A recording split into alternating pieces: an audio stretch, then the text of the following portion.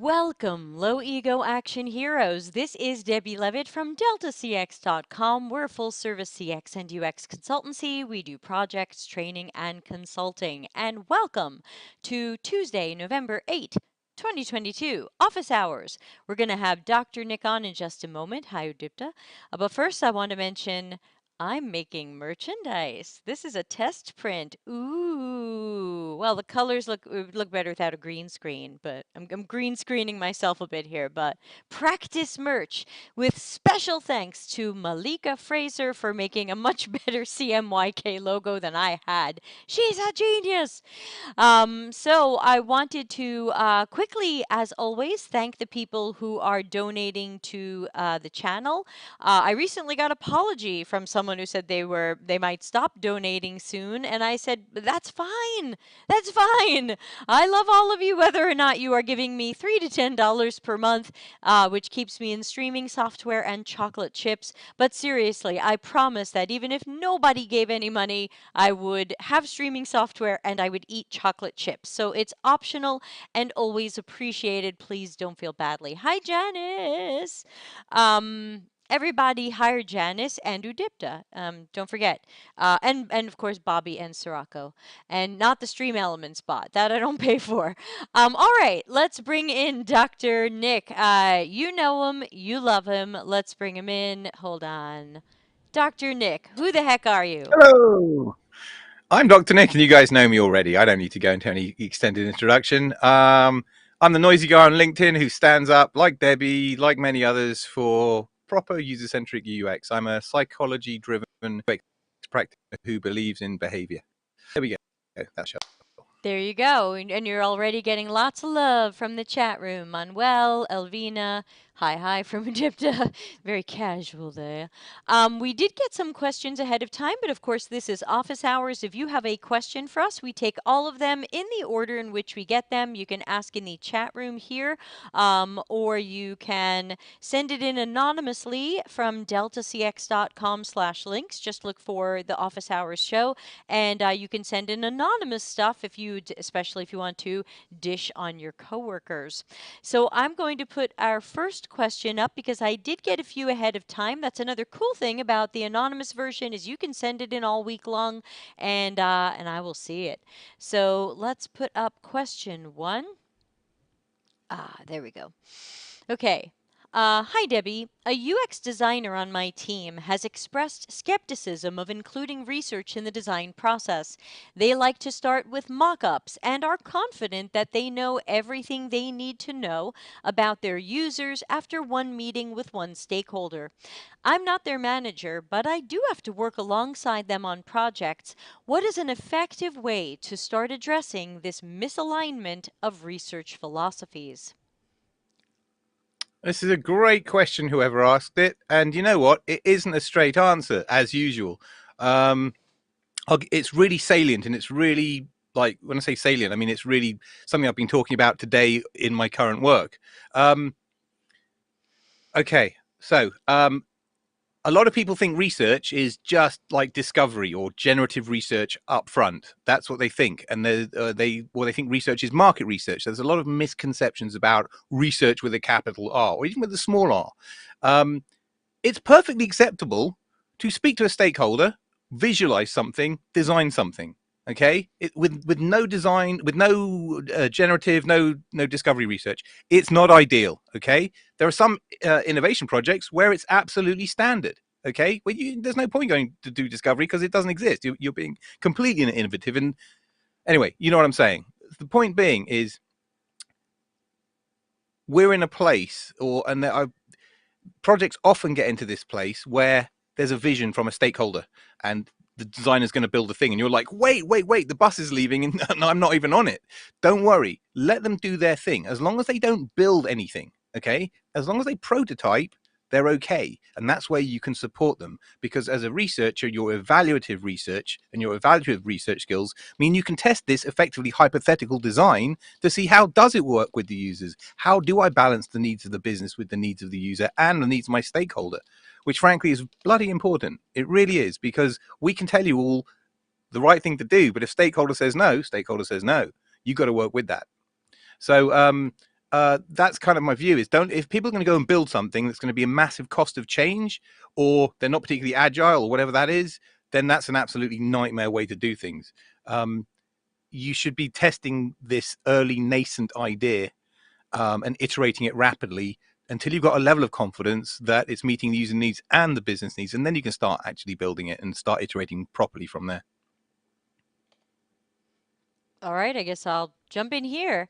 And of Sorry, course, you that was could. a long answer. I'm sorry. No, we welcome long answers here. Remember, not until I set off the lightning. We're fine. We got like 2 hours. You're fine. Give long answers. And yeah, if anybody wants to add to that, please do. I think we're gonna have a little bit of quiet from our American friends today since it is election day in America, and I think people are probably either out voting or watching the news of the results. So we might have a more of an international crowd today, which is fine. So I think a question here has to go back to what are your company's processes and your ways of working? Because you're saying, hey, this designer just thinks, they're doing what we call genius design. I just got a couple of ideas from someone. I got a couple of requirements. I'm just making the thing. I don't need users. Okay, you're a genius. But I think the question is, what does your company have documented what the ideal ways of work are? Nick is right. There are many situations in which we do have to design something with almost no information or just stakeholder input or the feature factory or whatever. Oh, good. Ader is here. If only you could all see his beautiful hair. Go find him on LinkedIn. He has the best hair. Am I allowed to say that? I hope that's okay. Um, so, hair jealousy. He says, "Hi, Dr. Nick." So I think it would be great if we documented what does an ideal process look like, which might include generative discovery, exploratory research. What does a medium process look like, which might not have that early research, but certainly uses usability testing? Because this person's genius design is all well and good, but if it doesn't usability test well, let's not ship it. There's got to be that check and balance in there. So maybe super ideal is to have generative upfront and be informed by it. Medium is okay, we didn't do the generative because we skimped on that, but we're going to do evaluative. And then, kind of the bottom of that, the least ideal is we're just going to ask a stakeholder what they want and be order takers and production designers. But again, maybe to your company, what you're doing is the pinnacle of UX. So I think you have to work with your team and your manager on maybe some documentation on what different levels of quality look like to you. Nick. I don't know if it would help. I can give you a concrete example of something we were discussing today. I'm not obviously going to give away any project specific like identifiables because that's wrong, but we were talking about roles, right? We have a system where users have got to be able to choose roles, or administrators need to select the roles for their users, right? Um, at the moment, it's just one long checklist, right? In a non-alphabetized list of names and services in an awful order, right? It's just broken and wrong. It was probably a developer or just a non-designer that just chucked that together, right? As a front end on code.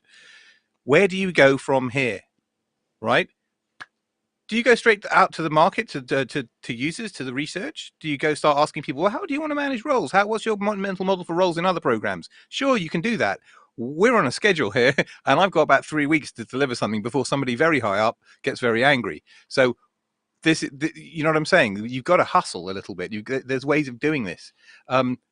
What we're doing is, I've said, is what we would have done wrong in the past is build something, find out that the person upstairs doesn't like it, and it all goes horribly wrong. And that's before a user has even touched it. Okay, that's how bad things see the light of day. What we're doing now is prototyping this stuff rapidly, saying, look, we've got designers, we've got patterns, there are ways of doing role stuff. There's a few different ways of solutionizing it, including wizards and tabs and containers and all kinds of stuff, right?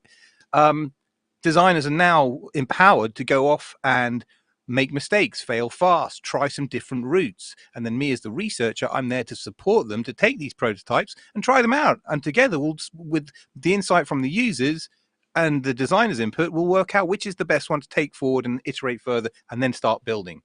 You see, that's the best way out of this solution. I can't think of any other better way. And that's a really common problem, I think. I just wanted to give you guys a kind of a concrete example of real world. This is the stuff that goes down. Yeah, it's very true, and I think it's an important thing to talk about, especially because some people, especially those new to UX, might have the idea that wow, if I just get a UX job, I'm gonna get to find all the problems and solve all the problems and have endless time for creativity because at our boot camp we spent 10 weeks on a thing, and it's very different. Um, Elvina's got a quick follow up. We'll jump on and R for everything. We're gonna have to add your question at the end. Elvina says, "Can we understand the needs through evaluative research?" Technically, not. Here, R for everything. Ah, I'm putting you at the end. Yeah, Elvina asks, "Can we understand needs through evaluative research?" I would say no. We can evaluate a design or concept. We might accidentally learn some user needs, but the generative or discovery research, I would say, is better for that kind of behavioral and task knowledge. Nick, what do you think? oh yeah, and if you haven't done a thorough generative discovery phase, which is actually very common, the symptoms of that is you start discovering these nuggets in evaluation phase, right? I mean, I'm getting all the time because we did a really not a good discovery, so I'm learning some fundamentals about users and their needs and their pain points as we're testing the thing. So this is what we do, and this is why experience is a good thing. It gets hairy, but you work with it. For sure. All right. Our next question that we got ahead of time. Let me see if I can bump up the font a little. Thank you Okay. for the old eyes that I have. Yeah, sorry. Hey, Deb. When sharing design work with clients, not users, how do you structure the conversation around feedback? Specifically, how do you teach clients to give actionable, oh, I've got so much on this, to give actionable feedback? And how do you respond to feedback that is driven by personal preferences or is irrelevant to the phase of work you're in? For example, critique of the visual design when the IA is the focus or still under construction. Oh, I have so many years at agencies. I'm all over this. But Nick, you go first. No, this is actually a you question, but I'm just going to say my standard line is I point to the evidence. The whole answer to that is me going evidence, evidence, evidence, evidence. You want to argue with me? Evidence, evidence. That's my argument. Yeah, can't argue with your evidence there. Yeah, so I've got a bunch of ideas here, and Nick, if you have stuff, please jump back in. So first of all, this is another reason why I work in medium fidelity. I know everybody loves to see glossy, full fidelity comp stuff, but the problem is I found that the more realistic or real things you add to wireframes or prototypes, the more people are distracted by the shiny thing. So if you are still in an IA phase or you are just starting some interaction design and you are in an early concept phase, I do suggest medium fidelity and not the full fidelity because when you put the full fidelity on it, then you're right. They're going to go, I'm not sure I like this color. I'm not sure this font is right. I'm not sure I like the size of this font. Hey, should this button? And then you go, well, shit, I'm trying to get you to look at this other thing. So I also get that a lot with copy. Some people hate lorem ipsum. What I do is I know what the intent of the copy is going to be, but I either don't have the copy or I don't want to show them yet. So typically I will write lorem ipsum, this section will welcome people and explain your new product. I put something like that. And that way people get a sense of what it is, but I'm not putting real content and the rest of it is Latin. And so I do tend to use lorem ipsum, even though I know that's pooped on. But why? Because, like you, I'm trying to just get reactions to the initial wireframes or the initial concept or the early prototype or something related to the information architecture. So that's one thing: is try to narrow down what you're showing so that you're showing something more likely for the client to react to the thing you're talking about. Number two, always invoke the user or customer, the end user. So not your client, the end user. So if the client says, I don't like that. I think it should be a different shade of blue.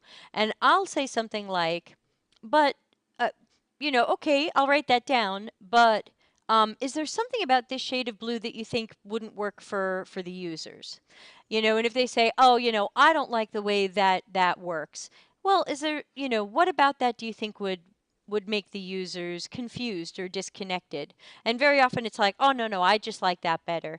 And I used to have some of these fights with my clients, and I remember the day that we were on like revision number 5 for this woman, and we were just kind of doing what she was saying. We were on autopilot at the time, and finally I said to her, okay, that's what you like, but what about your customers? And she goes, oh, I don't buy this shit. And I go, well, then why are we making what you like? Why don't we make what your customers like? What about them? And she goes, oh, they would love this. And I go, okay, great. So I think another thing, a lesson learned there is be careful of questions like, do you like this? Or what do you think of this? Because you are accidentally making it about their opinion. I mean, who wouldn't hear that question and think, oh, they want to know what I personally think of this? So be careful of the way you ask the question to them. So be careful of your phrasing. This is my proposed SaaS navigation based on the research or data that we've collected so far, and we just wanted to show you our progress on that. And then you stop talking, and then we see what they say. And I think it's a little bit of be careful of the question. Now, if you do get that feedback, again, I try to redirect people towards what works for the user, what works for the customer. But like Nick said, the more evidence you have, the better this is going to go. If you have that generative research, then you can speak to it. Christopher says, so on point about high res comps, low res, or even completely unbranded and bare bones is the way to go with stakeholder discussions. Yeah, that would be your medium fidelity. I don't usually do low fidelity. That looks kind of like drawn on a napkin while drunk. So I'm more of a medium fidelity person. But I think that I think the important thing here is kind of keeping control of the conversation, watching what you're saying. It takes practice because your natural inclination is, what do you think? So what are you really asking? And get that generative research. Oh man, I had a client contact me from last year, but they contacted me at the beginning of the year, and they had just decided to start wireframing whatever the hell they wanted, and we had done some great generative research for them, and we knew some good directions for them to try to go. But when they A/B tested them, they only saw a small jump. They expected a bigger jump, so they thought, oh, we better keep playing with this, and they were messing with it on their own, and they sent me a design that I thought was genuinely poor, like an absolute downgrade, not just a variation of what we did. It stripped away everything we did. And they were like, what do you think of this? And I said, you're not using the research you paid for. You paid me X tens of $1,000s for us to learn exactly what your customers think and need and do, and you stripped away all of that. And now you're just guessing. So what, you're just wireframing what you feel like. So what are you doing? You'll get them to the next step of the funnel, but that doesn't mean they'll be happier. That doesn't mean they're going to, so having that evidence and being able to say, we know this about the customers is much better than the opinion battle. Nick, something to add to my TED There was Talk? something that somebody said in chat on the left-hand side that was really interesting. I just can't remember. It's gone now. There was a thing that popped up. Somebody in the chat said Yeah, something about. Christopher had said, good point about high res comps. I'd read that one Yeah, yeah, yeah. about That was go the point. unbranded. The whole UX theft, or the UX UI thing. The designers that are ahead of you guys, because the fact that you're using words like comps tells me an awful lot about where you come from, and that's cool. I'm not criticizing, but what I'm saying is the designers that have come before you have basically set you up badly, because they've set up the world as high fidelity comps, and you guys are learning correctly that low medium is absolutely the space to work in at most stages of an agile product cycle. Don't let anyone tell you otherwise. Me personally, I'm a low fidelity guy, and I always have been. The joke that I run as standard is that I'm not licensed to use color. Right? I'm a scientist. I'm self-taught designer. I've never been to art school. I never showed any flair for that at school. I can't even draw properly. I mean, I'm not artistic in that way at all. Me using color, most of the stuff you see I do on stage and my presentations, it's all limited blocky color because I don't know how to use color. It's like using spices if you're a chef or something, right? I don't have that sensibility that you guys have. The point being here is that low fidelity allows you to get straight into the interaction design. I don't know what Deb works at medium fidelity. I call mine low fidelity, but it's more like grayscale fidelity. I don't know if what that's still low fidelity or medium or low to mid, whatever. The point being is it's abstracting everything away from all of that aesthetic, and it's all about the interaction design, and for me, the content too. So where I differ from Deb, and believe me, it's okay to differ. We're all tradespeople with different ways of approaching problems.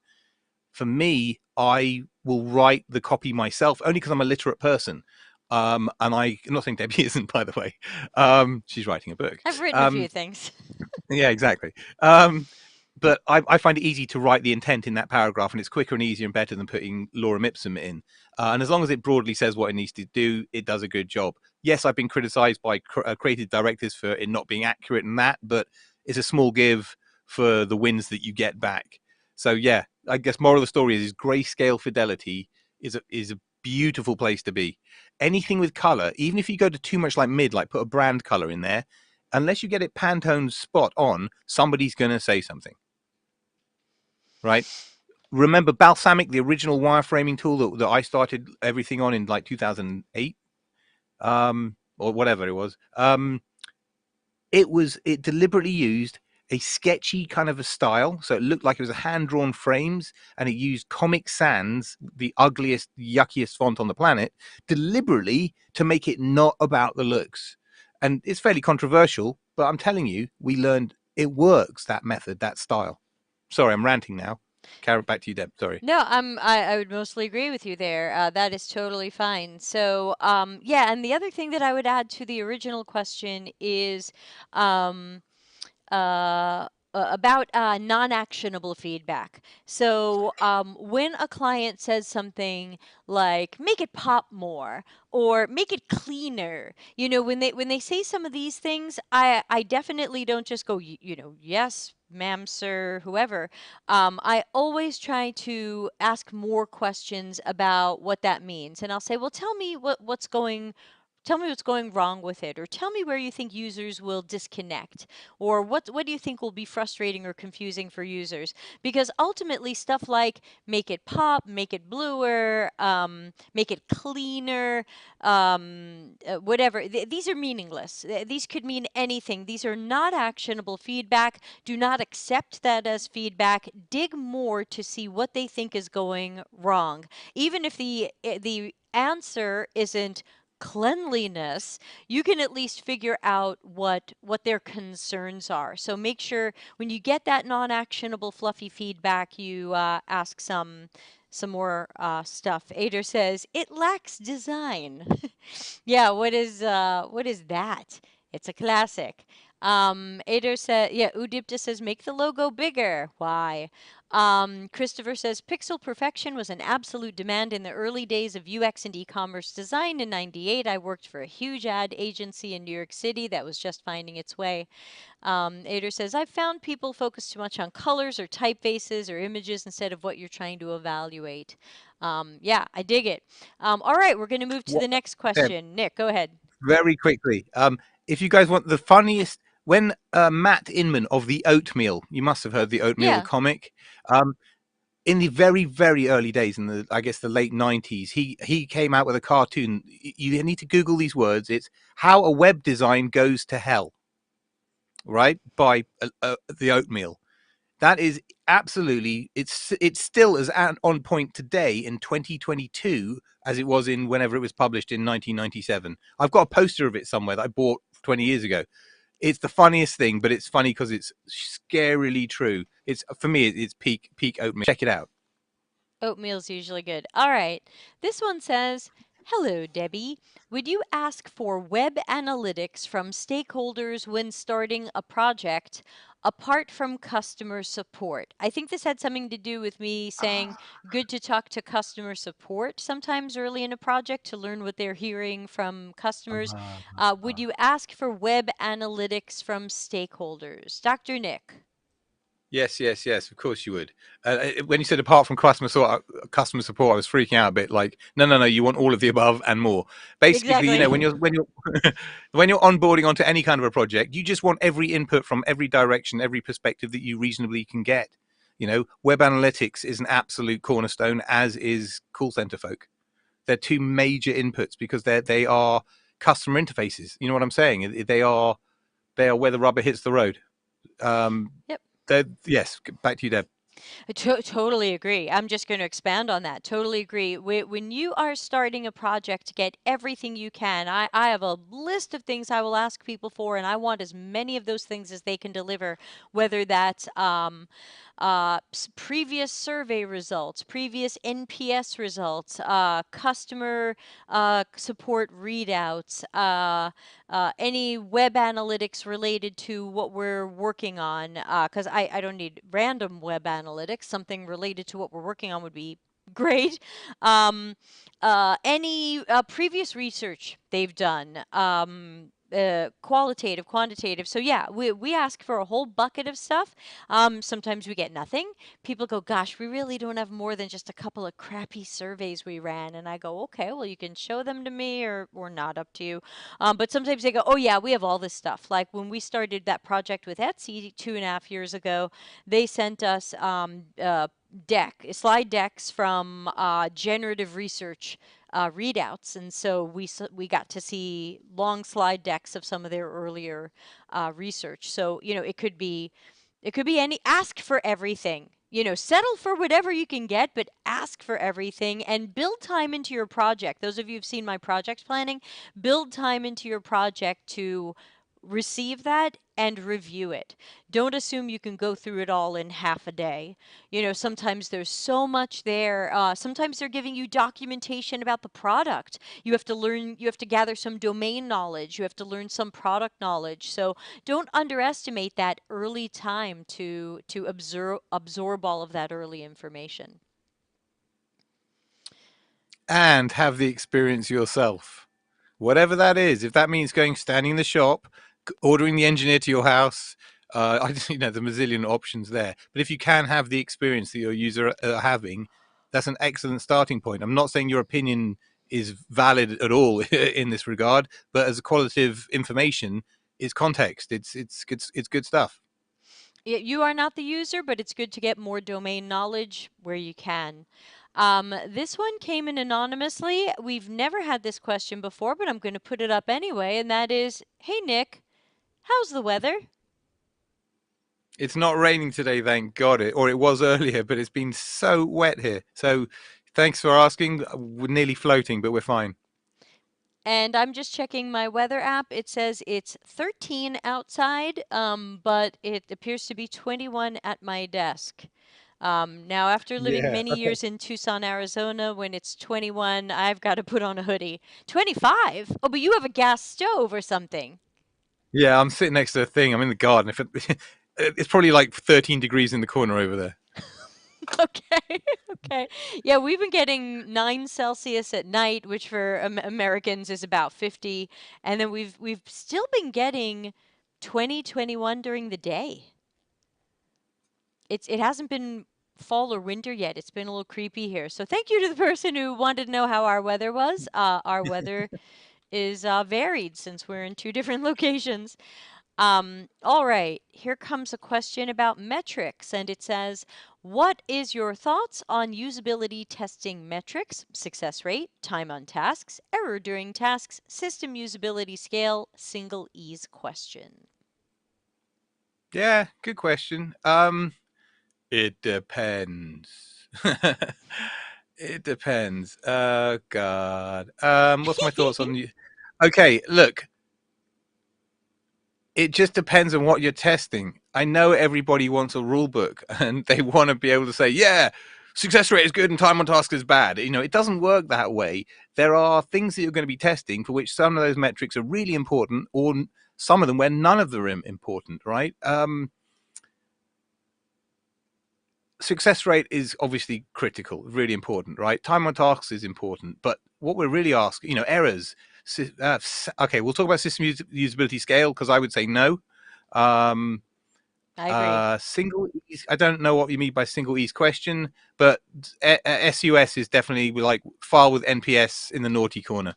That's how I look at that one. But the question you're really asking, or I think what you're really asking is does Debbie, do user researchers measure these things all the time? And my answer is no. There are some projects when I am measuring those because I need to, because it's really, really important to that particular task, that particular thing. But there are others where success, not even success rate, just what percentage of my sample was able to get through this journey or achieve this goal. Sorry, not what percentage, how many of. Percentages is a really bad way to express that, especially with sorts of numbers that we're talking about, because you don't want to be talking in percentage terms, because you know how it's like. You can absolutely lie with a percentage and say 60% of, 3 people, or you know what I mean, that kind of stuff. Um, Bottom line is record them when you need to. And when you do need to record them, represent them in your report, but plainly and simply. I don't see a lot of value unless I haven't had a need to do any really advanced analysis of this stuff.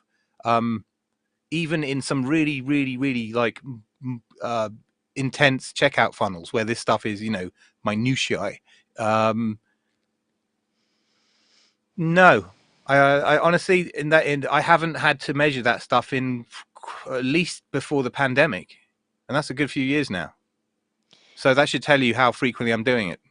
Yeah, and let me jump in on this one. First of all, Elvine is reminding us that single ease question is literally a single question asking people to rate on a scale of 1 to 7 how easy was the task you just did. So it's certainly single and easy or related to ease, but I feel like it's you suffer from a lot of peak and rule stuff from these types of surveys because if somebody just went through multiple screens in an entire task, how easy was it? They're just going to give you a broad temperature taking across the whole thing, even though there might have been shitty moments. Well, no, I mean, the phenomenon is called acquiescence. It's a psychological phenomenon that we're all like well aware of. People want to be good guinea pigs. They want to be good participants. They will acquiesce to what they think the experimenter or the investigator wants them to do. Um, Debbie, any researcher of any experience will have experienced somebody struggling to do the thing, like buy the red shoes, and then in the magic questions or the sweep up at the end, how did you find that, this single easy question thing? How was that for you? They go, yeah, it was great. I loved it. And it's like, wait a minute, you would have bounced in the real world. So that's why, like those last two, I think just I would discount. Deb, tell them why SUS is so bad. I mean, it's again more Oh yeah, self-reported I garbage. have a page on it in my book. I rip it to pieces. Ultimately, there's a lot I don't like about these metrics because they generally either chase NPS, like would you recommend us to a friend, or they chase general, how easy was that for you? I'd have to open up my book to remember how and why I ripped SUS into pieces. But is that the one that asks really weird questions like? I found this system to be well integrated. I found this system to be consistent, as if people know it was consistent. I found this system to be cumbersome, a word that no one says. Good word. I think that's SUS, and so I also don't like it because it doesn't match words humans say. But there's one point that we've missed here, which I really want to make sure we stress, which is pretty much none of these are right for usability testing. Because if you're usability testing something on someone, a time on task, they might be going slower than usual because they've never seen this before. That's not the usability test is not going to be an accurate number of how long this task genuinely takes once people are using this in the wild or once people are using this and they're under a deadline. So I think that some of the stuff like time on task doesn't make as much sense for usability because people are sometimes being careful during a usability test. They know that this is a usability test and they're thinking, okay, I better look at this a little more closely. Success rate you can certainly look at. So yes, for usability test, did people accomplish the task successfully? But I also remind people to look at direct and indirect successes. Did people do the right thing the right way the first time and have immediate success? Or did they kind of mess it up first and eventually succeed? Because that indirect success, where they mess it up first, I see that as a failure. That's somebody who met the four horsemen and ran into a lot of troubles before they eventually got it right. We don't want people to eventually stumble through our stuff. We want them to have as immediate success as possible. Errors during tasks you could count, but I always wonder about, I mean, we do care if something is error prone, but I tend to care more about the qualitative side of that. What types of mistakes did Why? people make? Or sometimes Yes. where, I think it might have been Larry or someone who reminded me, like, watch when people just stop, because then they're going, must compute. What do I do here? They may not make a mistake, but you're seeing the cognitive load in action. That's still an important moment to make a note of in a usability test, even if it's not specifically an error. And then these other things are just crap. Nick. And actually, I've been known to, at the appropriate time, and that's must stress that, to say, what are you thinking right now? What's going through your head? Yeah. If they're It's not a speaking out brilliant loud, time you to got to ask that remind them. question. No, but you can see the cogs are churning, and you've got to give them enough time to actually process it without your voice coming in. But then there is an appropriate time during that pregnant pause that you can jump in, and it'll come straight out of their mouth because they finish processing it, and it's like they're in a ready state. Yeah, you have to be good at watching them. If they pause for 1 second, you can't jump on them. I find Yeah. some newbies do that, and it's understandable. They want to get that question in there, but let people chew on it. Let there be silence. It's okay for there to be silence in a research session. You do not have to fill the silence. Let it go a little bit and see what happens. I think we accidentally addressed what R for Everything said, which is, what if most of the tasks are a success, but they had difficulties during the process? Yeah, it's really important to make sure we are noticing where those difficulties are. That's the whole purpose of usability testing. If we go, hooray, 100% success rate, but here's a list of things people messed up, here's a list of things that people got confused by and stop and ask me a question about, we can't just go by, did they make it through? Because remember, by the time we're in the evaluative research phase, we want to know if we have correctly solved the original problem. So it's not just, did people kind of make it through? It's, is this a good execution and solution for the original problem, which hopefully we understand. Um, Let's see. David said, only when we are focused on usability improvements in a specific task set and we have a baseline of current activity, and Single's question sounds like junk science.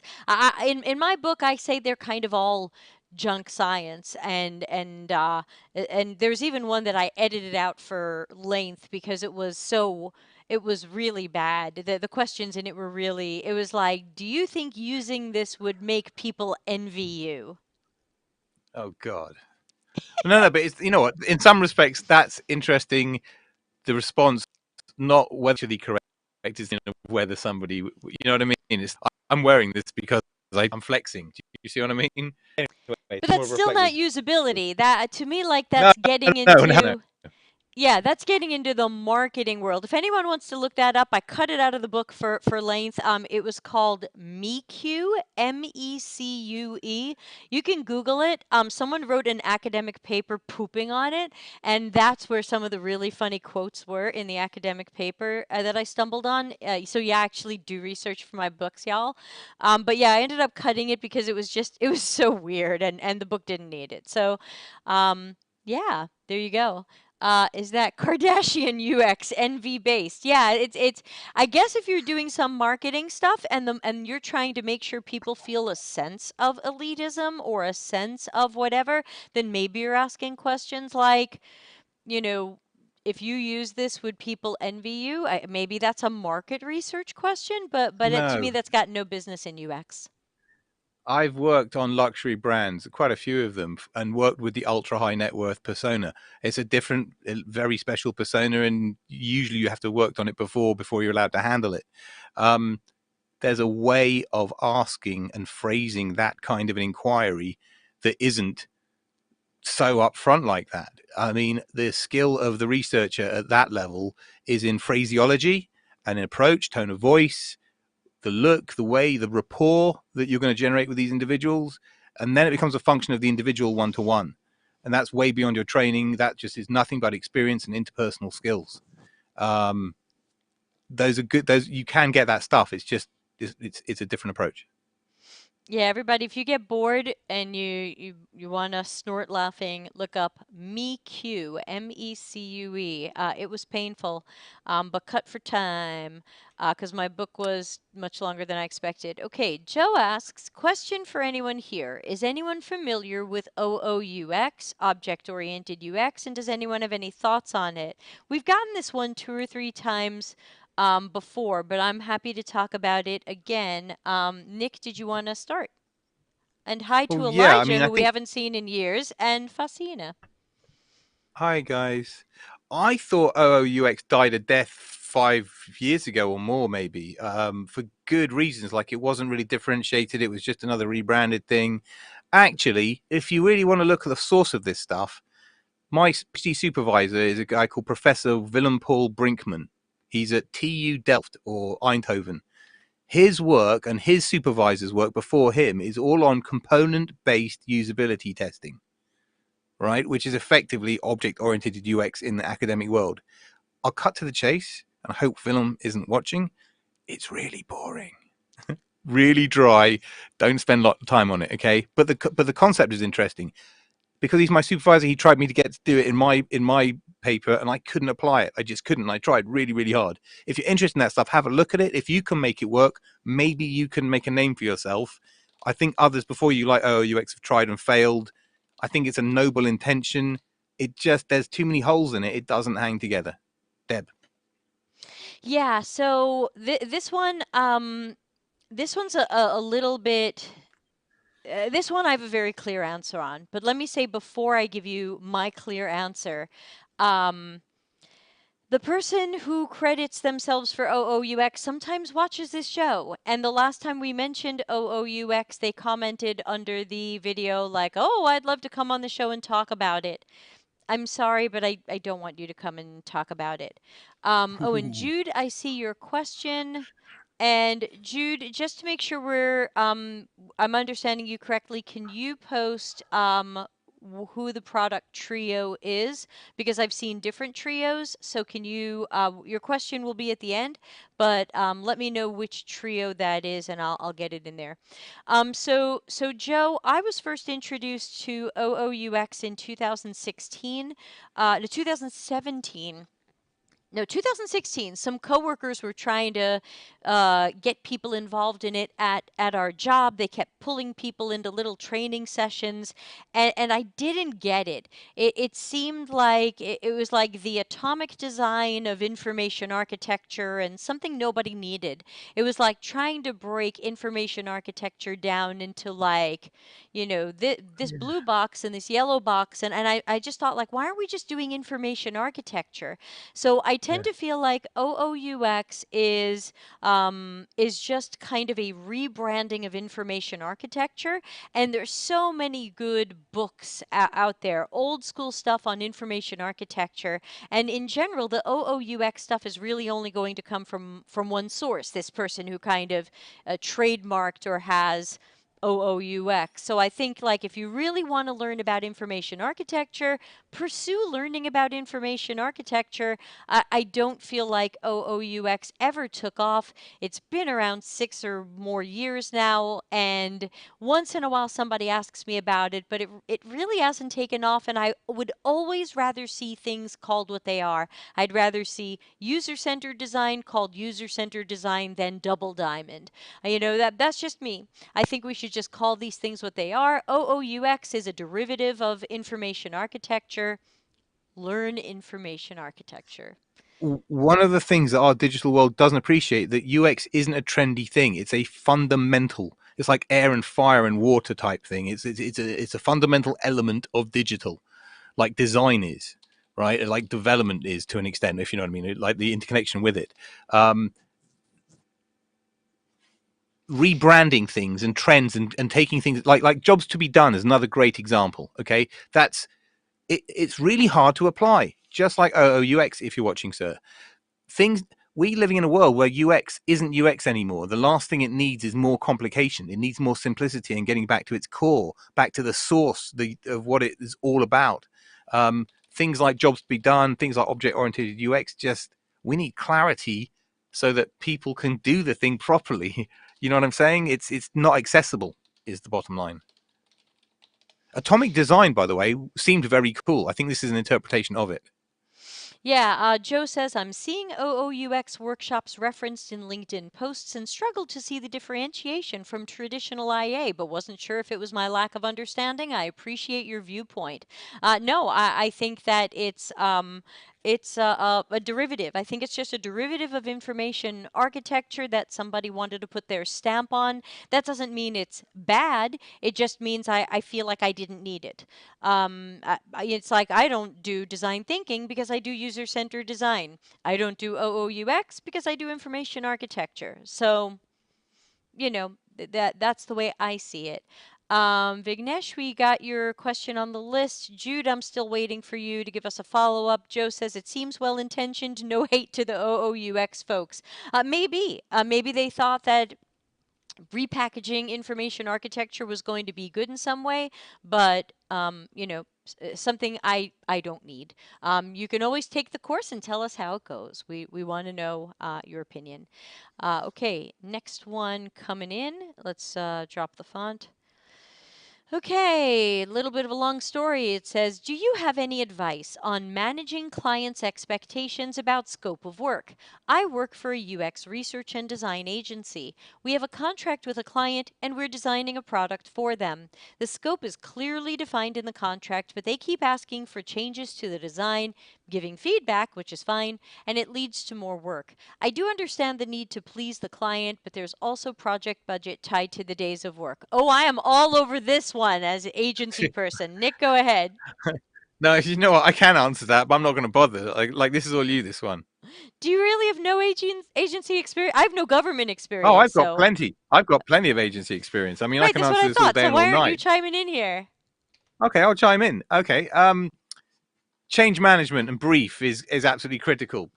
Agency time or studio time is absolutely critical. The minute the client changes the scope, it's going to be more time at your cost, not theirs. If they're doing time and materials, okay, but often it's on delivery or whatever that is at the end. In which case, that's at your cost. It depends how the client is being billed as to how you play that one. Often, if the client wants to change their mind an awful lot, you're like, fine, that's just more day rate, more billing, whatever. That's your stupidity. But if you're billing on a by project or on delivery, that's an absolute nightmare, and any change is hard to support because it's at your dime, not theirs. Is that basically it in a nutshell? I'm gonna go big on this one. Okay, so it sounds like the problem here is you're not controlling the client. Whoever's supposed to control the client is not, whether that's a creative director or an account manager or Client whatever partner. you're calling it, project team lead, whatever the hell you're calling it, you are not controlling the client because what happens is a lot of agencies say, oh, well, the client's just asking for a few changes. Let's just do it. What happens is, as soon as you do that, the client learns everything is negotiable. The scope is an amorphous amoeba, and they can just keep asking for whatever they want. And you might say yes because you want to keep them happy. You have to have absolute boundaries, and it's hard.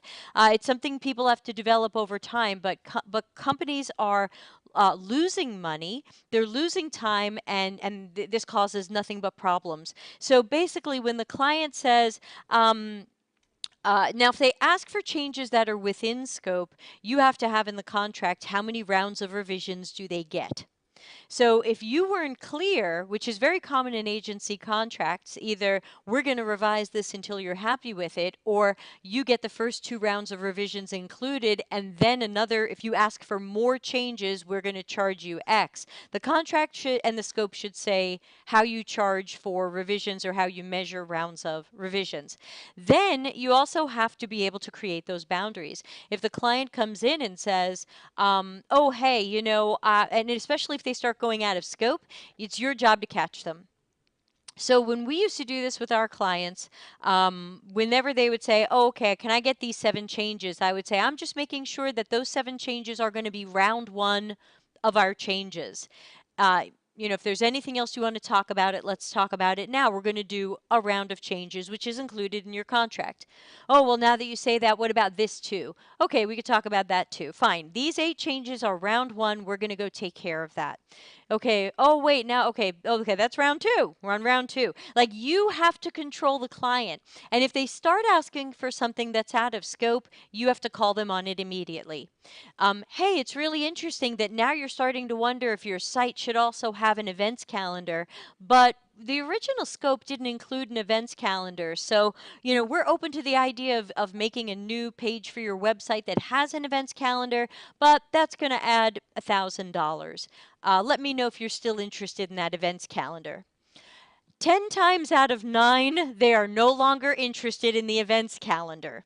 So, as soon as something costs extra, a lot of clients will say no. Some of my clients will say yes. And then I just say, "Okay, please reply please reply to this email saying that you approve an events calendar to be made at a cost of $1,000." They go, "Yes, I approve this." I go, "Good. This is now part of our contract." So someone has to do much better client management to make sure that these boundaries are clear, and that when the client starts going outside the boundaries, that you say something. Because if you just keep doing their changes and doing their changes, then you are just the pair of hands, and they expect you to just keep doing it. So you have to create good boundaries in the scope and the contract, and then you have to enforce them. Nick? Yeah. I don't often get involved with a lot of this stuff, especially when I was doing the full cycle UX stuff, i.e. the design as well, because I was always a black and white person. So I would always stop at wireframe, and there would be a designer doing the high fidelity stuff behind me. If these are design changes, these are aesthetic changes you're talking about, then I can totally see this to and fro. And can you make it glow? Can you make it pop? I don't know, whatever all those crazy things that clients say, Emboss. right? Um, Way I've done it before, and there's a couple of clients I've done this with. If they're open to it and they're truly agile, and if you're working at a wireframe level, if you're at your level, like pre-fidelity, you're still at prototype kind of level, um, you get agile with them. So I've done sprints with the client where I've spoken to them at 9 a.m. and done a show and tell back to them at 5 p.m. If you do that every single day in 5 days or 10 days of a 2 week sprint, you've got no idea how much faster you can go and how much change you can incorporate and how much that reflection back to them kind of often these change requests. It's only because they're kind of guessing, they don't really know. When you get that iteration cycle going really rapidly, it's great. You fail ultra fast, they work out what they don't want, and then they work out what they do want. It's really, really pokey stuff. So if you get that opportunity, I'd recommend that. Well, I hope it helps the person who asked. So I'm Well, gonna. sorry, let me just say the reason why I say that is your traffic manager, whoever's bossing you around in the agency, will be less concerned about your time when it's billed to the client. If you know what I mean. If you're billed to that client for that week, you can do what you want with that time because the client is paying for it. So if you're involving the client or not, it's not. Do you see what I mean? It's not costing the agency anymore. It's just a better, more efficient way of working. Cool. If anybody has follow-up questions or if we didn't address something, let us know. I'm going to put up the next question, which is, how do you leverage lookalike audiences for research B2B audiences? This is my holy shit face. That Um, was. uh, I've never had to do this ever. Me either.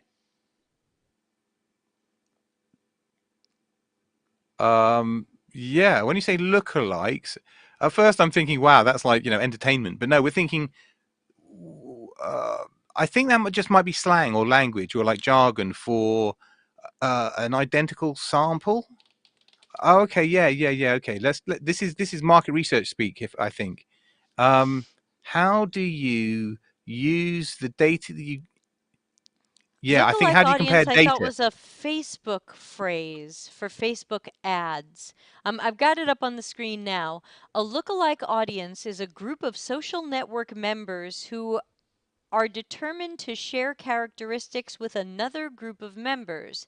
In digital advertising, it refers to a targeting tool for digital marketing first initiated by Facebook. So this was a Facebook thing.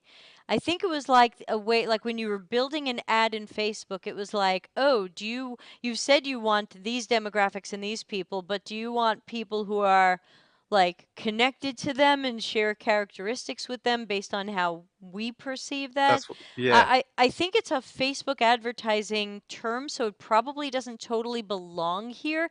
But I wonder if this person means like proxies, like some sort of audience Yeah. that isn't totally the current customer.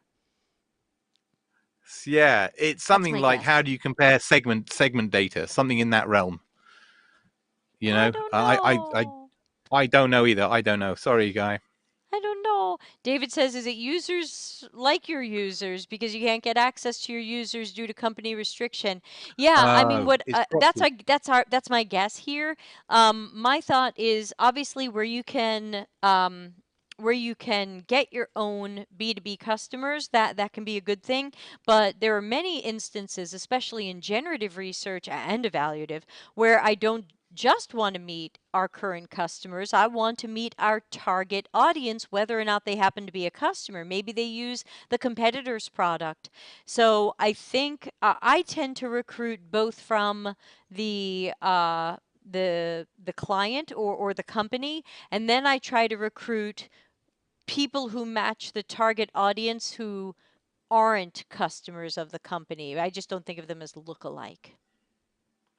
Do you know what? The more and more I think about this, this just sounds like a really bad idea for UX. Um, Using proxy people to then extrapolate or predict about a target audience sounds so dangerous. It sounds so crazy. It sounds. I can understand. Let's say I want to interview the president of America, or like a, I don't know, like a right. I can't get access to the president because I'm just me. But I get somebody who's the defense head of state or something. You know what I mean? Somebody else who's really senior, but not the president. They're different people, different needs, different contexts, different stuff. And how do Right. you know the? I think there's so much interpretation. It feels so wrong.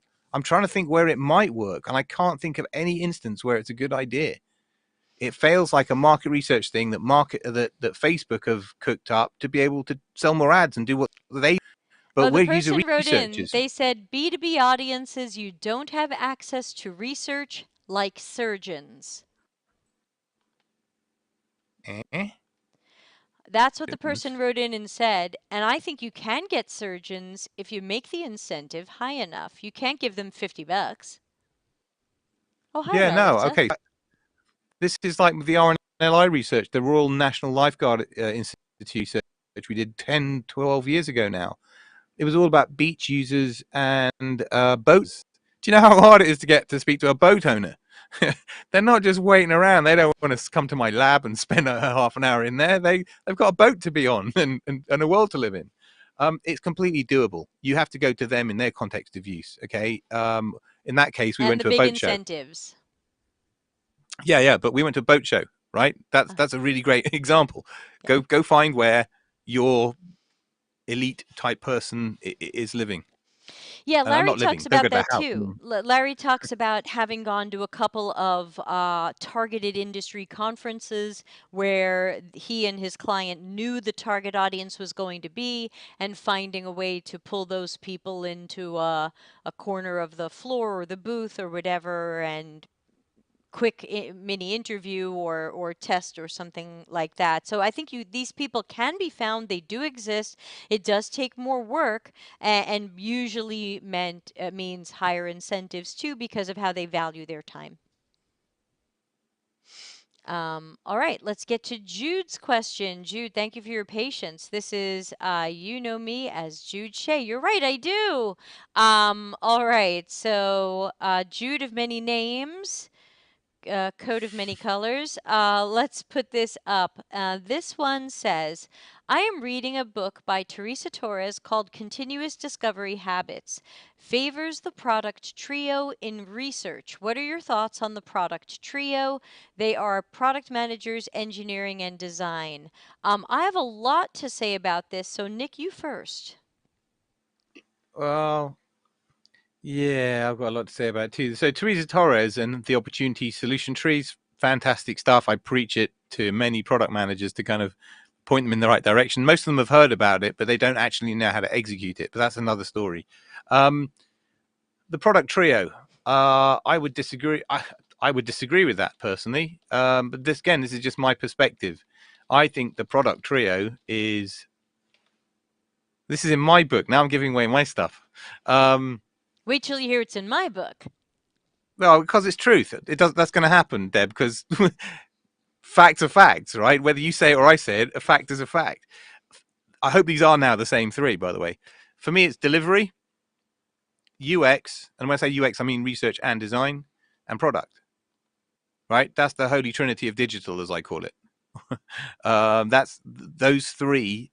The mechanics of those three, the way that they interplay, product and UX and delivery, are core. They're critical to successful product development and delivery. Because if any one of those three sides of the triangle is out of kilter, it fundamentally affects the other two. Fundamentally. So just visualize delivery or agile, whatever you want to kind of call that, UX, product. Okay, so product goes wrong. UX, and which is research and design, is going in the wrong direction, not doing the right kind of activities, not informing delivery the right way. You're not getting the right things built in the right order because the roadmap is broken. If delivery is broken, everything stops, right? If UX is broken, product manager doesn't know where to go, and development have got nothing to build. So whenever I go into any organization, I look at this holy trinity of this triangle, and whenever something is broken, I want to say 100% of the time, it's on that triangle. David says that's how I say it as well. Product, business, UX, user, delivery, execution layer, but I use that three-leg stool for the visual. All right, so I'm going to come in with the fire. Okay, so Jude, let's talk about Teresa's book. I have not read the book, but I have seen some quotes from it. I have seen some of the pages on her website. So I've seen some of the things that Teresa pushes. I would say please make sure you're reading that book with a lot of your critical thinking hat on, because I hear that it is basically a book on how to give product all the power on the planet. Product should do research, product should do design, product is going to do everything. And it's really, I've heard it's really disempowering to UX. And then when UX people stand up to Teresa Torres and disagree with her, she does things like tweet that they're being silly. So I think that we just have to be careful that this is, to me, a bit of a propaganda piece. To me, it goes in the same bucket as Marty Kagan and some of these other authors who are really, really desperately trying to figure out what product managers do. And I do address this in my book. I basically say, I think product managers are on the verge of putting themselves out of business, because if you truly have a self-organizing engineering and delivery team, and if we actually empowered UX, I'm not sure we need the product manager for. And that's why you see a lot of product management training and certifications right now, where product managers are being taught UX research, UX design, and front-end development, because evidently they're trying to make sure that companies still need them. So I think you have to remember that I think Teresa is writing these things from the angle that the product manager role, while still popular and still present in many companies, is not standardized. And it tends to be, as Eddie Izzard would say, the notes that are left over. And so product managers end up being project managers. They end up being ad hoc shitty UX designers. They end up the business's order takers. It's a mess. And so, number one, make sure you're seeing what she's doing, which to me is a bit of a UX land grab. She uses a lot of logic that is really quite flawed that I've broken to pieces in my article called Should Product Managers Do UX Research and Design? You can find it on Medium. I counter almost every point I've ever heard attributed to her. It's a 5,000 word article. Um, so, Jude says, I learned about the opportunity tree that Dr. Nick mentioned. I found it interesting, but it bothered me she was pushing the trio. Yeah, I wasn't impressed by the opportunity tree. It looked to me like just a redo of the impact map. And so, yeah, and yes, she is pushing the trio to do UX. So remember, she's pushing everybody's a researcher, everybody's a designer. When Nick and David is talking about the trio, we're talking about having a balanced team with equal voices. Nick, I don't think any of us are talking about these three should all do the research or these three should all do the design. But Torres and Spool and all these people are in the same boat, saying anybody can do research, everybody should do research. Research is for everybody, democratize, democratize, which is so easy to burn down. It's ridiculous. Um, I go in a different direction in my book. I do mention that um, if you are going to have a triad or a quad, not the way she says doing research, just a triad and a quad from the perspective of um, just from the perspective of collaboration and teams working together. That sure, you want product UX and engineering as that triad, which is rare because typically it's product owner, software architect, and somebody else from engineering. But my book says I have a whole subchapter which I just narrated today because I'm doing the audiobook in my studio. And so I just heard myself say all this. and I have a whole subchapter on empowered teams. Think about you at your job. Think about what makes you feel empowered. I believe the triad is disempowering. Even if UX is on that triad, as Nick pointed out, sometimes there's a UX designer on the triad or trio, but not the researcher, not a content strategist. And the problem is that the triad or trio or quad teaches the team and other people whose whose voice counts. Now, for Teresa Torres, I have to burn the rest of it down because she spends so much time disempowering UX that I don't care if she throws a bone by saying we're on the trio. She has product overruling us and doing our work everywhere else. So I recognize that for the small bone that it is. But I wonder, what if we got away from this triad thing and really focused on we claim we want empowered teams. We claim we want self managing teams. We claim we want to value everybody on the team. And then we pick one, two, or three people and we say these are the important voices. That's not empowering. Hey, UX researchers, do you feel empowered on your team? Do you feel like You people are know what? listening to you? Nick? Anybody can do user research. That bit is true. Whether the But they might insight not do is it worth well. anything, it is up for grabs. And what everybody needs to understand is any manager or leader who accepts that level of risk for their product portfolio is out of their freaking minds. That's irresponsible, right? Anybody can do research, like anybody can cook. We can all make a meal, some of which you want to charge money for, and some of it nobody will pay for, right? There's variable quality. I get it. Some organizations don't want to spend the money or don't want to do this stuff. Um, it's the fastest route to hell is drinking your own Kool-Aid. It really, really is. I don't know what Yeah, to say. It's it's just seems stupid.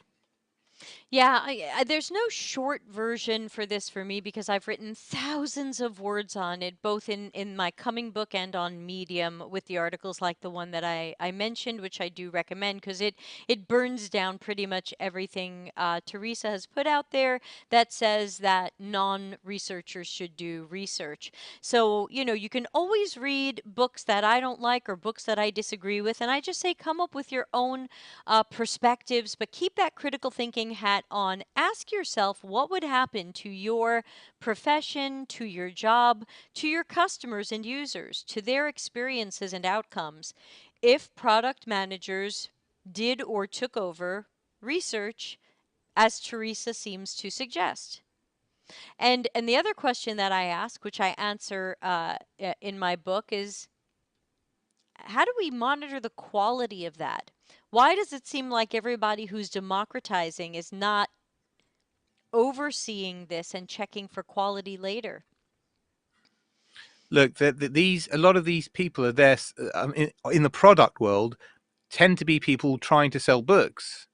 And so people like Jared and other people like that, they've got wide bases. And when you say very populist stuff like anybody can be a researcher, it's what people want to hear. It's like part of Exactly. this new world. And they're making bank out of it. And good luck to them.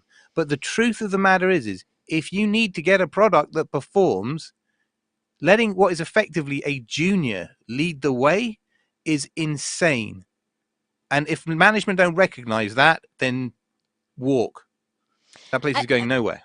I think I have 30 pages on this in the book that I'm coming out with soon. So, and that's the stuff that's not in my Medium articles. So there's a mountain of stuff in there that's all new content that I've written recently that is designed to really question this logically, unemotionally. Just I know seem a little emotional when I hear this stuff because it's like, you're trying to kill my job again. Thank you, Christopher. Yeah, so I'm hoping that in the next few days I'll be able to get my Kindle ebook up for pre-order, and the book will be out on December 2 for those of you who like print versions. It is called Customers Know You Suck. And because you do.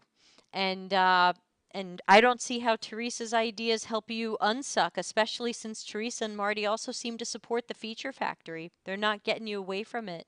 Thank you, Jude. I hope you will get the book. I will make it loud. I will let everybody know when it's up for pre-order. Ooh, we got lots of people watching today, record audience, and I thought all the Americans Deb, would watch the one thing's for election. sure.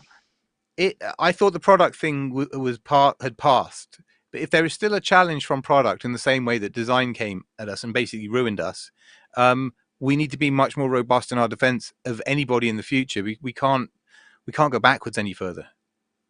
You know, UX has already been so crippled. Like we're 10 years behind where we should be, or 5 or 6 years behind where we should be because of the UX UI thing. It completely diverted the entire world's attention into the wrong thing.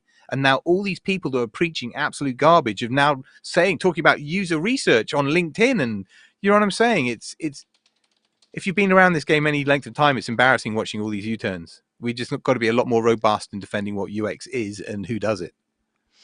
Yeah, and David is saying, ooh, the huge current movement is being product led. Yeah, except I burned that one down on page 10 of my book or whatever page it is. So, yeah, so product led is a big movement right now, but again, it just seems to be, it is not, it's still not customer centric. From what I see, product led is still feature factory, it's still speed over quality, and it's still business centric. So, I don't care if it's just, it's the same old feature factory with a new fancy term. So I'm going in a different direction and I'm burning that I don't down.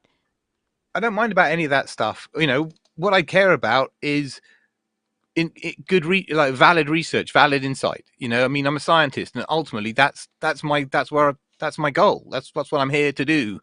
And if people are doing research, it doesn't. You don't have to be finding a cure for cancer or saving a kid's life or anything for the insight to matter. And when the insight matters, you don't stick a junior on it. Right. Why are we putting The newbies on there. All right, let's move. Hi, Sarita. Good to see you here. Janice, I got your question on the list. David says, I like the way Dr. Nick said it. It's effectively an entry level or junior researcher in the form of the product manager, learning about the customer. Yeah, I mentioned that in my book, though from a slightly different angle, because Dr. Nick's certainly right. And the way I said it was basically, researchers, you went through how many interviews and a case study and a challenge, and they picked you and you worked there, and but now they're going to give your job to someone who didn't have to go through any of that.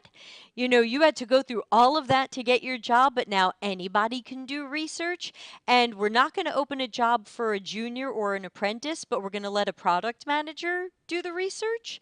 Yeah, there's so many illogical things there, and it just doesn't make sense. And really, the only main argument I've seen for it is like, well, we'll get more research done. And I ask, at what quality? And there's a couple of other things, oh, we'll have more empathy. I go, what, you're threatening now to not have empathy? That's a threat?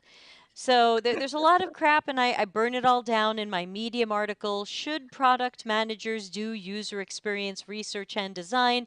You should be able to type that into Google and find my Medium article. Bring it on the toilet. It's a long read. I call it a toilet read. All right, let me put up the next question. We got a question earlier that said, what designation comes after lead UX UI designer in, I guess, the scheme of the hierarchy? Nick, do you want to answer this first? Yeah, sure. My flippant answer was toilet or circus. Um, but no, rude. I'm very rude to UX UI people easily. What designation? Are you saying what's the next expression on that kind of experience? Why do I designer? You're into management. You're into like head of design, and then into that sort of realm. In if you're agency side, you become creative director, executive, or design director, creative director, executive creative director. That design roadmap. I don't know for UX UI or interaction design. I mean, stay senior or a lead, and then become a head of somewhere. And my answer is close but similar, but not the same. Depending, first of all, it depends on the hierarchy of where you work. Every company makes their own hierarchy and ladder. So sometimes lead goes straight to manager.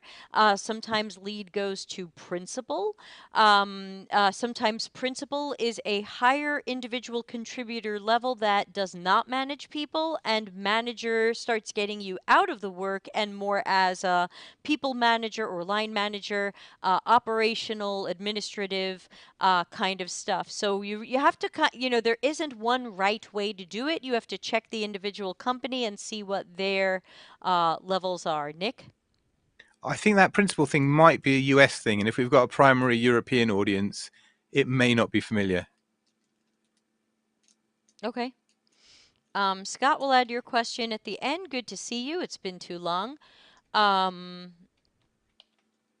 You're probably here escaping the news of election day. Yeah, hi folks. It's been a while. Totally, Scott. But at least I see you on LinkedIn.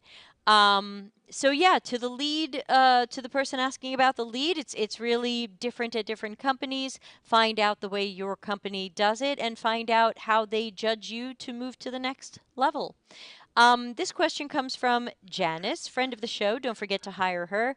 I was curious about generative and evaluative research. Have you seen any instances of orgs in the evaluative stage have teams doing generative also to ensure they've built something that still makes sense? No. What, they do simultaneous evaluation and generative? No, I haven't. But as we were saying earlier, if you were on the call, I think you were, Janine. Often, if you haven't done a decent generative up front, or any generative, it's all going to come pouring out or leaking out in the evaluative stage. These big nuggets just fall out. You're like, oh wow, I didn't know that, and that tends to happen quite a lot. But that's not the same as saying, let's do belt and braces. You guys use to test that thing whilst you guys go and do some discovery. I haven't seen that before. That's not familiar to me. Yeah, I think that based on the way this is being described, I would probably have to say no. Maybe, Janice, I'm misunderstanding you because it sounds like we're at the evaluative stage. We need to test our prototype or our design, but hey, we should also do some generative and learn if we built the right thing for the customer. It just sounds like this is all happening out of order. I guess you could do it, but it sounds like it's out of order, and hopefully if you do something like this, I would make sure that your product manager and designers and engineers and the whole product team is willing to change the design based on what we learn in the generative, because it sounds like we're going, oh crap, there's stuff we don't know, we better do some generative. Okay, I get that, but then are we going to wait for that generative and redesign once we learn new things from it? So I think it's definitely out of order. Generative, better late than never. But then are we going to stop the design and the evaluative to first do some learning? Hmm. Nick, anything else to add on that? No, I don't think so. It's exactly what you said. If you're going to have to do that, stop, go back and learn, re-architect, because the cost of change is too high, and that's cost of change is, I think, what everybody's talking about. Got it. And Scott, I think we're going to need to get more detail from you. I'm going to read your question out, but this sounds a little strange to me. Maybe you can give us more detail. Scott says, I've recently been doing work researching participatory action research, co-design, etc., with marginalized communities. I also see these conflated with democratization, which feels wrong. Thoughts? I haven't seen action research in 15, 20 years, 15 years. I won't go into too much detail, but one of the professors at my university was the guy who invented action research. And he was going for some fancy ultra PhD at some French baccalaureate. Long story short was I had to read his thesis and then act as the panel, his Viva panel, as a kind of a mock. And this was done in front of an audience. So the long story short was I couldn't work out what action research even was from this bloody thing. It's the one thing I can tell you about this I remembered I said was um, so action research, it's basically management consultancy. And he went, yep. And I was like, well, okay. And then that was the end of action research for me. Um, I think what we're talking about is co-design, right? Is team involvement in the execution of stuff. Um, it can work. I have been involved with teams where the entire team is sketching on cards, visualizing screens, wireframing on cards for the interaction designer. And that's everybody from content to service design, front end developers, delivery leads, everybody. Uh, it felt wholly wrong. Wholly wrong. I have no idea what he was doing. Um, Stuff worked out really well, though. I think he was using it as an inspiration and to get some ideas and some context from other people's perspectives. Um, I was a researcher on the job, not a designer, so I can't tell you. I think if you're a designer, you've got experience of doing it, you can probably make that work for you. Um, it's not something that feels right to me, but that's not saying it can't work for you. Yeah, and what I would add here is I can't say that I've seen anything that Scott's talking about, but I am seeing more phrases like participatory design and co-design Yeah. paired with things like marginalized communities. And very often, Scott says, yeah, co-design. Particular case here is I've done work with federal housing residents and working with Indigenous Americans. The overall idea at a very macro level is involving the members of the community as members of the team. Right. So when I've seen that, here's the double edged sword. Do we want more involvement from the communities that we're researching and designing for? Of course. People obviously don't, they go too surface on these communities. And I do think this is where more of that anthropological, is that the right word? Or ethnographic research is going to make sense. Yeah, I know oh, Janice, you're behind. Um, so the problem, Scott, is that I think we know by now that in general, end users and sometimes secondary users are very often not the best architects of their own solutions. So when I see people saying, oh, you're researching Indigenous Americans, okay, let's get 2, 4, 5, 10 Indigenous Americans into a workshop and brainstorm with them and see how they solve their own problems. I always feel a little bit strange about that. I don't know what to do with that because I know that if they weren't Indigenous Americans and they were just a bunch of white guys, I'd be like, get out of my room. I'd be like, who wants more people in the room trying to design a solution that has to work for a large audience and not just the center of a bell curve. Oh, do I have any moderators here who can erase the porn? Oh, Okay, oh, Pier quick, Mario's going to. screenshot it for me.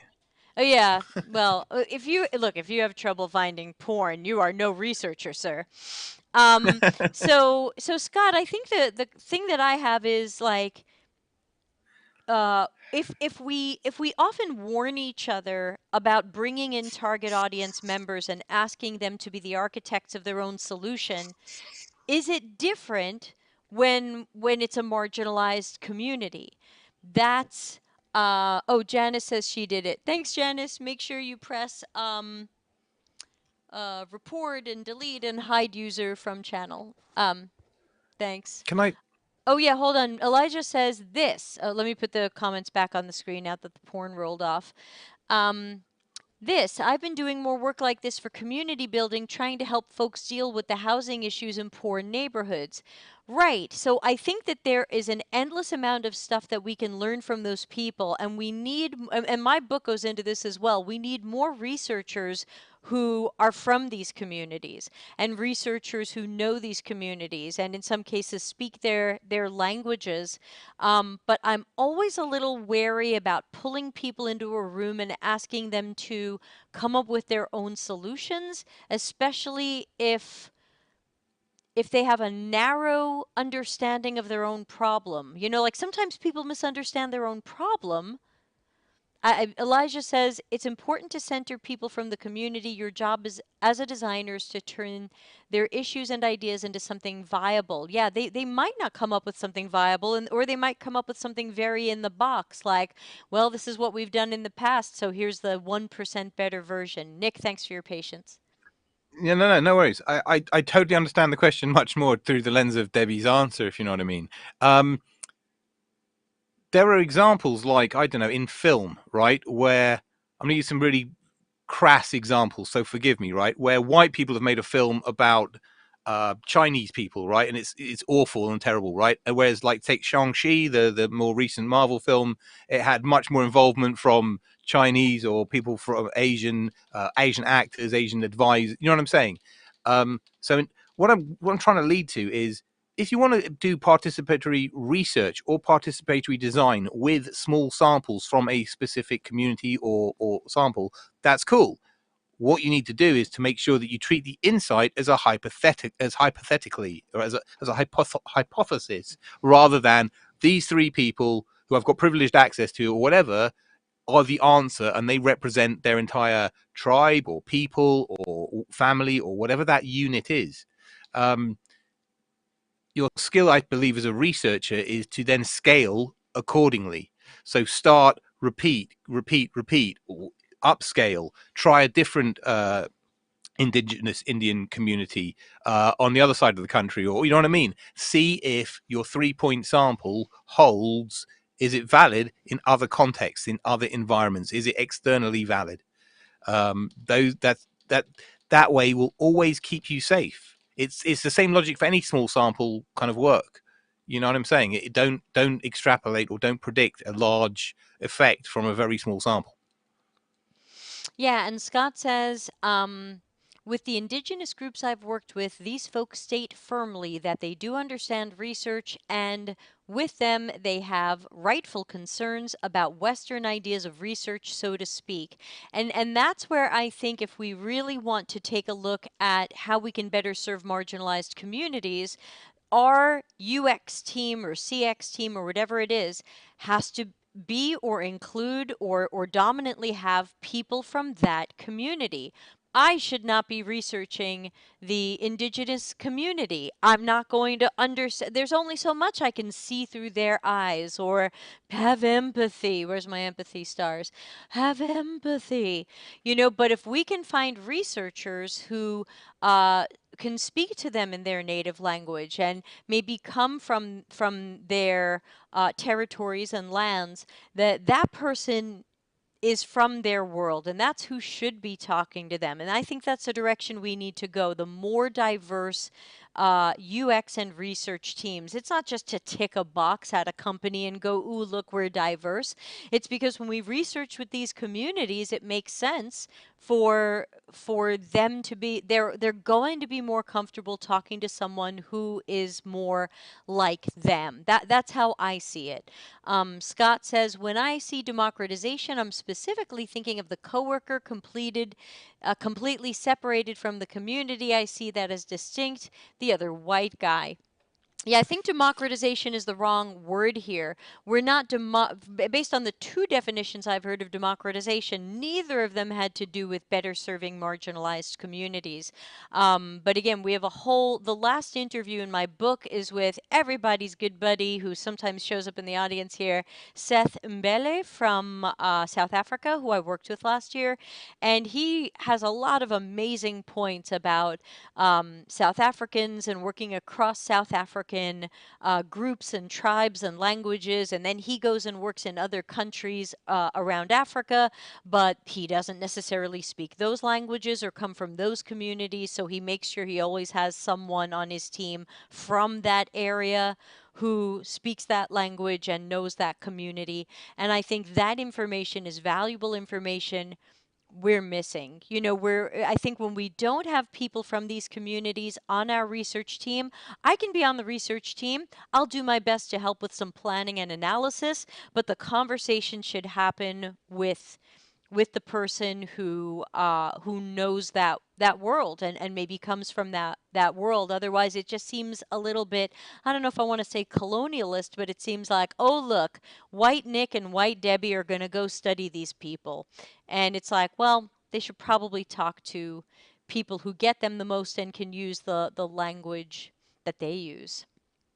But you know what? I've got to say, though, it depends on the research objective, the research question. As a Northwest London white guy, if you wanted to send me into an indigenous community somewhere in America or wherever that was, with the right research objective, okay, I'm going to give you a little bit of personal history here, right? I've got a drug and alcohol history 20, 30 years ago. So it's nothing recent, right? Well known that indigenous communities do suffer with alcohol problems. Okay. I could absolutely establish rapport on from some research on that. What I'm saying, even though I'm a white guy, now ex-alcoholic and recovery, say, or ex-alcoholic, drink on this really bad. Connect with power of rooms in many worlds is it doesn't matter where you come from. If you connect on the right issue on the right level, you can relate, and that's effectively what does it. But I totally get what everything Debbie said. It just isn't a rule book. And it's evolving. It's evolving, and it's a conversation to have. I don't see it as democratization because it's not like it's democracy versus anti-democracy or democracy versus any other technical form of government, but it's and Elijah says they have wisdoms of what they've done that has worked before and insight into why it failed, thus how to address those issues going forward. But remember, they might not know why something worked and they might not know why something failed. We all work at companies that say, we're not going to try that. We already tried that. Okay, but what if you try it in a different way? What if you try it now versus X years ago? So I think that while we do want to learn from people things that worked for them and things that didn't work for them, we also have to remember that something they think they've already tried sometimes can work or somewhat work with slight changes or it's all remember there's ideas and there's executions. They're not the same thing. Yeah, you're blipping out a little bit, Nick. Everybody says, oh no. Sorry. Sorry, am I? It's okay. It's probably my kids playing VR. Sorry.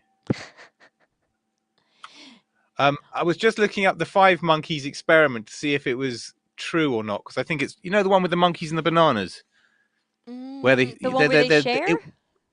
no, I think it's urban legend. I think it's a myth. I don't think there's any science behind this. So please validate this. The story goes basically lab monkeys in the lab, stairs going up. The first monkey that goes up the stairs to get the banana at the top gets spritzed with water. Monkey doesn't like it, goes back down again. Monkey learns going for the banana is bad and is conditioned against the water. You introduce a new monkey. The new monkey starts to go up the stairs.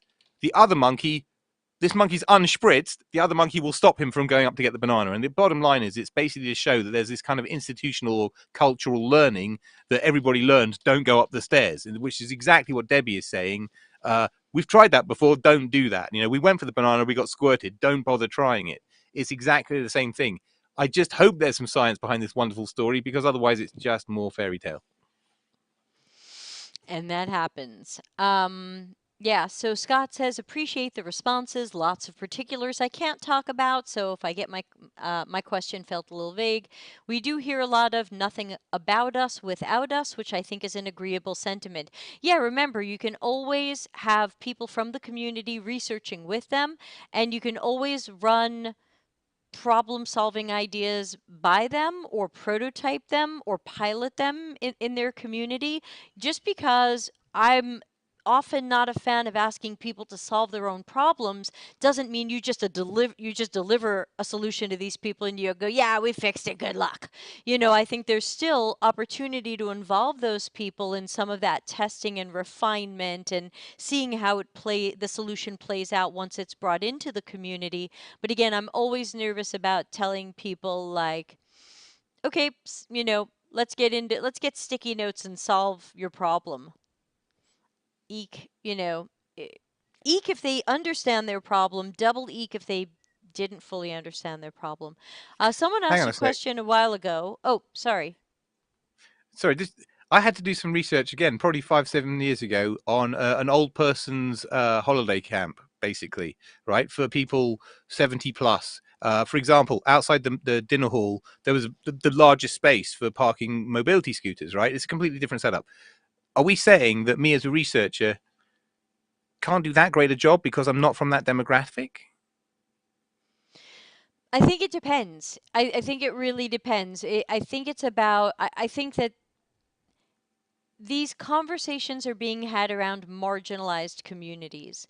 And I think it depends what you're researching about elderly people who use mobility scooters. I'm not saying you can't talk to those people, but I think that I think a lot of these conversations, and Scott can tell me what he's hearing, but I think a lot of these conversations come from all of the just have empathy stuff, because a lot of people are saying, oh, if you're going to go learn about black people and trans people and black trans people and all of that, just have empathy for them. Just see through their eyes and walk No. in their shoes.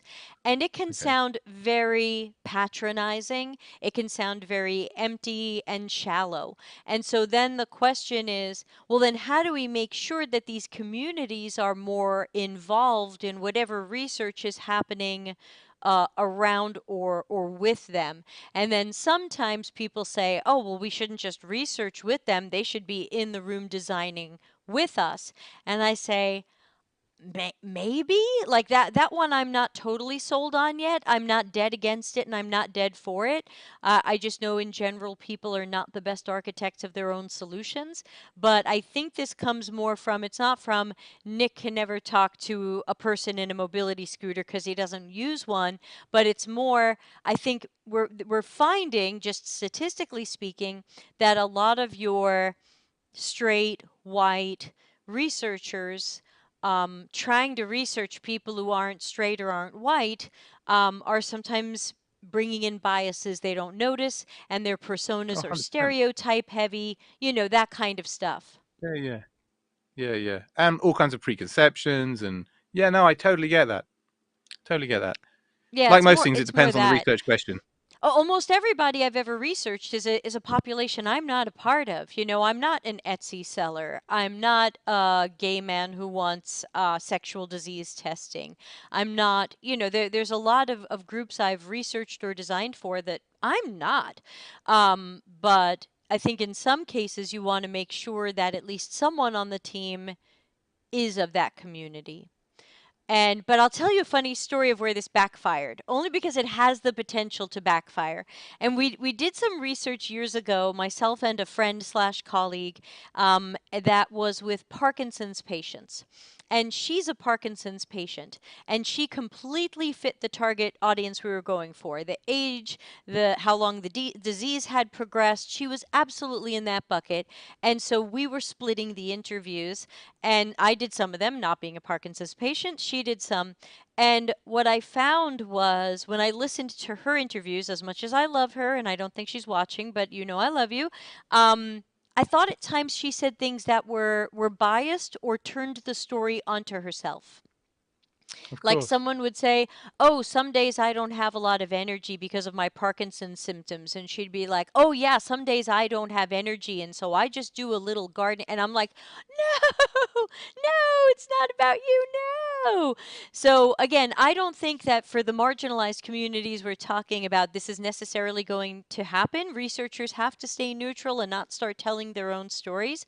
But it did make me think of the time that I had someone from the community and they just accidentally went a bit off script. Yeah. So yeah, Scott says, I don't think that's what's being said. It's just increased involvement of those folks. Nothing to say you can't be the one researching. You're still the pro researcher. I would want to be a partner. I would want to be a partner to someone who is more of that community or related to that community. So Joe says, I would consider that during research there could be misinterpretation of data due to those differences. I think including more diversity in test setup and insight gathering could be helpful. Yeah, I do agree. Tech Guy has a question, but we'll add it to the end. So here was a question that we got, and it's a little weird, but here you go. Which course or education degree do you suggest to become a CXO level design professional? There's no good program for part-time studies except some programs on Chief Digital Officer. Wow. Probably an MBA because most CXOs have got nothing to do with UX. um, that's pretty harsh, and I haven't really met that many CXOs, if I'm honest. Um, I can't tell you anything about this, unfortunately. I don't know. There were some programs in the UK that were geared at senior leadership, specifically for government, but to make sure that people at C level knew important stuff around product development and all the various sub tasks, sub disciplines. I've no idea. I'm nowhere near that. I'm not nowhere near that level. I have been a chief technical officer, but that was 20 years ago, and it's a different world today. I don't know what people ask for. I'm sorry, I can't help you. Yeah, I think what I would say to this one, let me go back and look at it again. I think in general, CXOs are people who've worked their way up. And as Nick said, there are still very few CXOs. Some people are chief of design, some people are chief digital, but digital covers a lot more than just design, so be careful what you wish for there. But from what I've seen, the CXO generally works their way up. They were a practitioner, they were a manager, they were a head or director or whatever the hierarchy is for the country you live in. They were, they were a vice president, and they were whatever the hell it is, all the way up to that C-level executive. So I think it's not like, oh, I'm really at a lead level now. What degree can I get so I can go out and get a CXO job? You really can't just make that jump. Chances are you're going to be working your way up for years in slow motion to go through all of the levels of leadership until you are C-level executive material. That would be my thought there. Let me tell you something. I'll tell you a piece of advice, right? In the 2000s, in the dot-com boom, at the height of the madness, I was chief technical officer. I was a founder. We started as 3 people. in a rented office. We ended up with 60 people. We were the first people to be floated on the stock market in Europe to be approved for trading the stuff that we traded. The long story short, I was a chief technical officer on a board. I was doing board level stuff. It sucks. It ain't fun. You're doing big boy stuff. And I'm not saying I'm immature, but if you have a passion for a thing, unless it's leadership management, if that's your real passion, um, C-level isn't. I don't think it's a goal. I really don't. It was my goal for the first half of my career, um, and I got there, and I was like, "Shit, this isn't what I wanted. This isn't what I. This isn't my dreams. This isn't it." I was earning at the time 125 grand a year. I was 30 years old. I had plenty of money. Did some very cool technology stuff. It's not what I wanted to spend my days doing in meetings and in board meetings and EGMs and all that bollocks. That's why I went back to university. So what I'm saying is be careful what you wish for. My more realistic, when I say realistic, more my aim now is to lead a team as a manager, a head of director. I don't really give a shit what it's called. I want to bring up a team. I want to, you know what I mean? I think if you could have a goal, I don't know, it's different strokes for different folks, but don't think of the level as the goal. Think of as the role as the goal. What do you want to do with your day? Because all I thought about was prestige and title, but what you do actually in the all day every day. If you're like me and others, you don't want to spend it in meetings. You just don't. That's not how you want to spend your life, man. Well, maybe you Yeah, do. that's a great answer. Great answer to remind people that it's not the only path, and to maybe question why you want to do that and where you are now. So good luck to the asker. We have another question. If there's only one book you can recommend to design leaders, which would that be and why?